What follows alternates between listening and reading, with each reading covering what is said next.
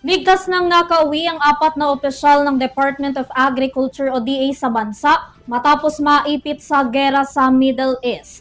Umabot ang kanilang pananatili sa Middle East ng mahigit sa 1 linggo. Narito ang aking report. Ligtas nang nakauwi ng Pilipinas ang apat na delegado ng Department of Agriculture o DA na na-stranded sa Israel matapos ang kanilang isinagawang study mission na magtatagal lang dapat ng 1 linggo. Ayon sa DA, 11 araw na malagi ang mga opisyal sa isang hotel sa Central Israel na dapat ay noong June 14 pa nakabalik ng Pilipinas, ngunit dahil sa kasalukuyang grian ng Israel at Iran at banta na rin ng regional airspace, nakansela ang kanilang flight pabalik. Habang nasa Israel daw, naranasan ng apat na opisyal ang napakaraming missile attack at bomb alerts. Sa kabila niyan, sinikap daw ng Philippine Embassy sa Israel at Israel for International Development Cooperation na agad mapalikas ang mga ito.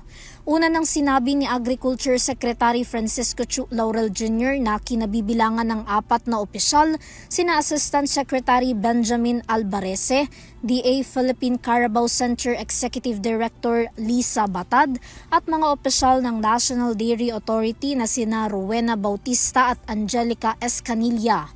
Nagtungo ang mga ito sa nasabing bansa para pag-aralan ang dairy industry doon at makakuha ng iba't ibang kasanayan kung paano rin mapapalakas ang dairy production ng Pilipinas. Sa ngayon, bukod sa DA officials na nakabalik na ng Pilipinas, may unang batch na rin ng mga OFW mula sa iba't ibang bansa sa Middle East na apektado ng sigalot sa Iran at Israel ang matagumpay na na-repatriate ng gobyerno.